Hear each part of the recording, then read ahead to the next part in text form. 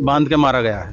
उसकी बीवी को भी मारकर कट्टे में डाला गया है। बेड में देखा जी हमारे भैया, हमारी जो छोटी भावज है, भावज को उसको मार के उसका मुंह से बोरी से बंद करके उसके अंदर बंद कर रखा था, बेड के अंदर।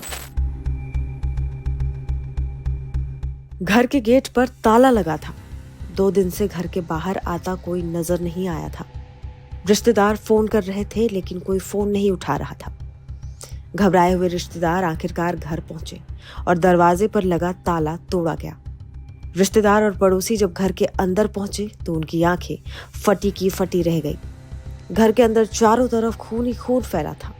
मोइन और उनकी पत्नी की गला रेतकर हत्या कर दी गई थी और शवों को बोरी में डालकर बेड में रख दिया गया था।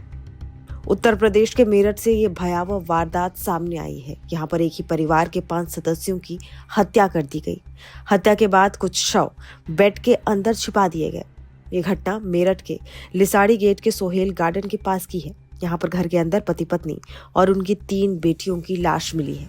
ये घटना 9 जनवरी की बताई जा रही है। बेड बॉक्स में आसमा की लाश बोरे में रखी थी, हाथ पैर बंधे थे। बेड के अंदर ही 2 साल की आदिबा की लाश भी दूसरे बोरी में डाल दी गई थी। अक्सा और जिया की लाशें बेड के अंदर आसपास बिखरी हुई थी। बेड के पास चादर की गठरी में मोइन की लाश बंधी थी और सभी के सिर पर किसी भारी चीज के वार के निशान बताए जा रहे हैं। एसएसपी मेरठ ने बताया कि 2 दिन से यह परिवार किसी के संपर्क में नहीं था।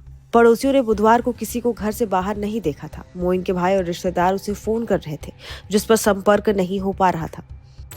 9 जनवरी की रात लगभग 9 बजे मोइन के रिश्तेदार और भाई उसके घर पहुंचे तो बाहर ताला लगा दिखा। इससे लोगों को शक हुआ तो उन्होंने छत पर चढ़कर अंदर झांक कर देखा, जहां सारा सामान बिखरा पड़ा था और किसी अनहोनी की तरफ इशारा कर रहा था। इन लोगों ने पड़ोसियों की मदद से घर का ताला तोड़ा तो अंदर पूरे परिवार के शव मिले। पुलिस को शक है कि इन हत्याओं के पीछे किसी जानकार का हाथ हो सकता है। फिलहाल पुलिस ने घटनास्थल के आसपास का इलाका सील कर दिया है, जहां फॉरेंसिक टीम अपनी जांच कर रही है। साथ ही डॉग स्क्वाड की भी मदद ली जा रही है। पुलिस आसपास के सीसीटीवी कैमरे भी चेक कर गतिविधियों का पता लगा रही है।